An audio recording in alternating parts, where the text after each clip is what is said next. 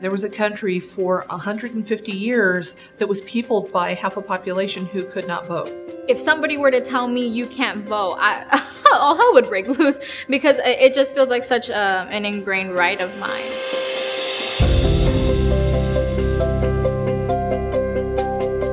The women's suffrage movement began in the mid to early 1800s, and it began with a group of women who were reformers. There was a great deal of work from thousands of women.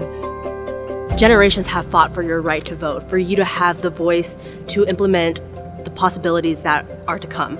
Fresno was an important spot in California. It was in the center of the state, and because of that, some of these women were very influential in what was going on statewide with the organizations. We had a woman by the name of Mary Marshall Wiley who worked very hard to organize some groups and push forward and get suffragist groups moving along in Fresno, and ended up being a delegate to one of the first elections where women could vote. On the other side, we had Miss Breeze Huffman, who was a well-to-do young lady and was able to organize some large activities, including a huge party at Zapps Park where everything was debated. They represent both sides there, and they're pretty representative of what happened across the nation, because that was the beginning of a movement, not of the end. We look forward from there. I remember on a personal basis when I turned 18 and I got my first ballot, and my father offered to mark my absentee ballot for me. And that's when I realized that my mother had been voting the way my father told her to for 30 years at that point. My own mama said, now that I'm getting interested into voting, I asked her, what did you do when I wasn't here to research it for you and advise you? And she was like, well, if it says Democrat, I vote it, or if it has a Latino sounding name, I'll vote it too. So I hear people say to me, I don't vote because my vote doesn't count. Yet every single vote counts. Let's look at the local elections, your city council and your school board and your board of supervisors. These are elections that are won and lost by 5 or 10 votes sometimes. I recently turned 18. I haven't been able to vote yet, so this upcoming election will be my first time being able to vote. And I'm really excited that, the presidential election is happening the same time as the centennial anniversary of women being able to vote. Like, you have a computer, you have a phone right there. Like, these representatives have a website that they're running for. They have videos. It's on YouTube. You know that you're on YouTube at night.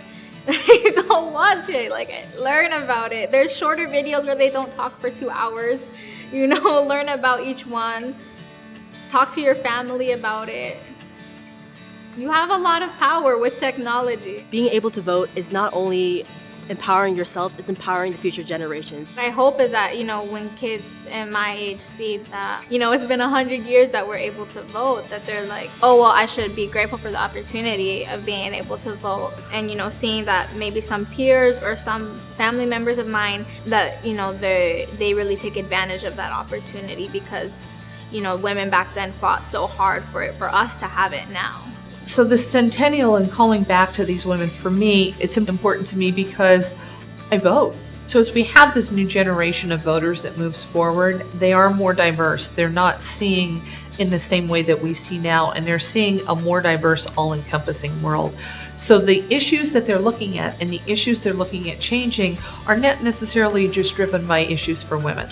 They're driven for issues for the community. They're driven by issues right now. We're seeing things surrounding immigration. We're seeing issues around education. We're seeing issues about the way our very government runs and healthcare and other areas. And although they still tie into, historically, some of those things that the early suffragists were looking at in reform, it's become broader because we have a whole new generation of young women who have a much louder voice. And I hope that they look back and they see that the ground was laid for them. I think every generation has a responsibility to pick up that torch and keep running.